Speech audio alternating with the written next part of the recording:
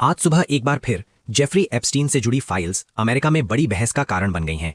ये वही Jeffrey Epstein हैं जिन्हें नाबालिग लड़कियों के यौन शोषण के मामले में दोषी ठहराया गया था। हाल ही में जारी हुई नई फाइल्स में अमेरिका के पूर्व राष्ट्रपति डोनाल्ड ट्रंप का नाम भी कुछ दस्तावेजों में सामने आया है। इसके बाद अमेरिकी न्याय विभाग यानी डिपार्टमेंट ऑफ जस्टिस ट्रंप के बचाव में सामने आया है।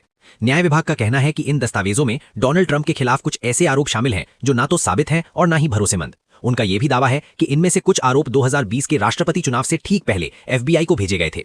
डोनाल्ड ट्रंप पहले भी किसी भी गलत काम से इनकार करते रहे हैं। उन्होंने ये स्वीकार किया है कि दशकों पहले उनकी और एप्स्टीन की दोस्ती थी, लेकिन बाद में दोनों के बीच दूरी हो गई थी।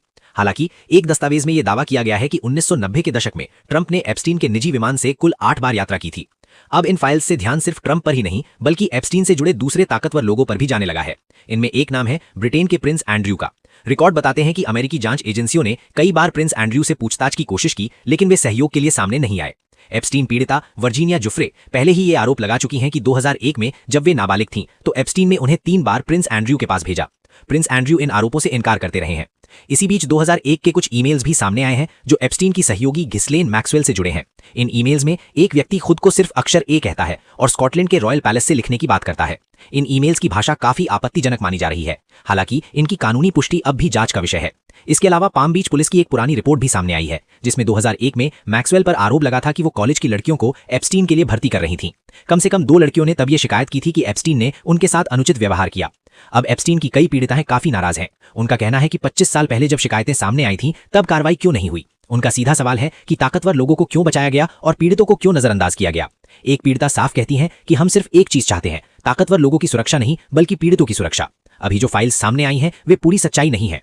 सूत्रों के मुताबिक न्याय विभाग के पास एप्स्टीन से जुड़ी करीब 10 लाख पन्नों की फाइल्स हैं। अब तक सिर्फ करीब 1 लाख पन्ने सार्वजनिक किए गए हैं, यानी आने वाले समय में और भी बड़े खुलासे हो सकते हैं। इसी बीच अमेरिका के सुप्रीम कोर्ट ने एक अलग मामले में ट्रंप प्रशासन को झटका दिया है। कोर्ट ने नेशनल गार्ड को शिकागो भेजने की अनुमति फिलहाल रोक दी है। इलिनॉय के गवर्नर इसे लोकतंत्र की जीत बता रहे हैं, जबकि व्हाइट हाउस का कहना है कि इससे कानून व्यवस्था और इमिग्रेशन नीति पर सरकार का इरादा नहीं बदलेगा। इसके अलावा अमेरिकी सरकार ने स्टूडेंट लोन न चुकाने वालों को नई चेतावनी भी दी है। जनवरी से डिफॉल्ट करने वाले लोगों की सैलरी से सीधे पैसे काटे जा सकते हैं। हालांकि सरकार का कहना है कि ऐसा करने से पहले लोगों को पूरा नोटिस और मौका दिया जाएगा। कुल मिलाकर ये सभी घटनाएं अमेरिका की राजनीति, न्याय व्यवस्था और ताकत के दुरुपयोग पर गंभीर सवाल खड़े करती हैं और यही वजह है कि इन मामलों को भावनाओं से नहीं, तथ्यों और कानून की नजर से समझना जरूरी है।